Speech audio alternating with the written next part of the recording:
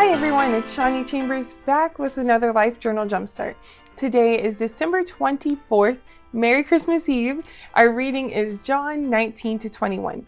And so we have here, we're starting off where we left off with the same scene. Jesus is with Pilate, and Pilate seems to be trying to get Jesus proved innocent to the people accusing him of wrongdoing. He goes out to the people and says, I found no guilt in this man. And they respond, he claims to be the Son of God. And at this, Pilate trembles, he is fearful. And I believe it's not because he was furious with Jesus making this claim, but I believe that Pilate believed that Jesus was the Son of God. Or maybe he had a fear that, what if he is? What if I get in trouble because of this? Pilate had the end say, but he didn't want anything to do with the decision to crucify Jesus. And so he didn't want to anger people by saying, let's save him. He wanted to let the people make the decision completely. And they chose to crucify Jesus. And so Jesus is sent to Golgotha, which means Skull Hill. And that is where the crucifixions take place. And so he's made to carry his own cross. He is beaten, he is mocked.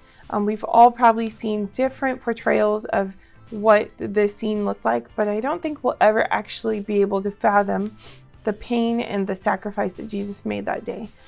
Jesus on the cross, still in pain, being tortured, about to take his final breaths, still cared for his mother and the people around him. And he tells John to take care of his mom after he is gone. After Jesus says his final words, it is finished, Nicodemus and Joseph of Arimathea, they were kind of more secret followers of Jesus in fear of what the Jewish leaders might think of them. They asked Pilate for permission to take Jesus's body and to give him a proper burial. And so they did that. And that just shows how great of an impact Jesus's life was to so many others that you would never expect. These two men were members of the High Council. Jesus also impacted the centurion or the soldier's life that was in charge of crucifying him. You'll see in the other Gospels. Jesus also impacted Pilate's life. And these are all men who you would never expect to accept or be associated with Jesus, yet he impacted their lives, and we see that here in the Gospels. Mary Magdalene, she goes in chapter 20, she goes to Jesus's grave. His tomb stone is rolled away.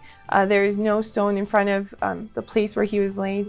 And when John and Peter see this, they realize that the scriptures had said it all along, that Jesus would rise from the dead. And so Mary is comforted when Jesus appears to her.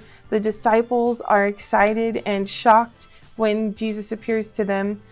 Thomas is doubtful, as he often has been, but that encourages you and I. Let doubtful Thomas encourage us that even though he needed to touch Jesus's wounds to understand and believe that that was Jesus risen from the dead, we can have that faith that is blessed, just like Jesus said, we will be blessed when we have faith without having to see.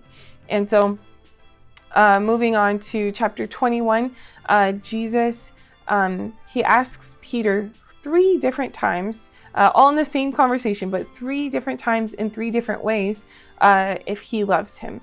And so if translated from the Greek to English, it is as if Jesus was saying, Peter, do you love me more than anything else in your life? And then he says again, Peter, do you seriously love me? And then a third time, Peter, do you care for me? Am I even your friend? And so Peter is pained and hurt that Jesus would need to ask him this many times, but I think Jesus was right to do so. He was searching the depths of Peter's love for him and to the very, very darkest, deepest part of his heart. And I think that's what Jesus needs to do with us too. And so as you journal today, as you do your devotions, ask yourself, do I really love Jesus as much as I think I do? Would I give everything to be with him? And I think that will really help us to understand Are we sacrificing what we need to in order to be close to Jesus? I hope you guys have a great time doing your devotions today, and I will see you tomorrow. God bless.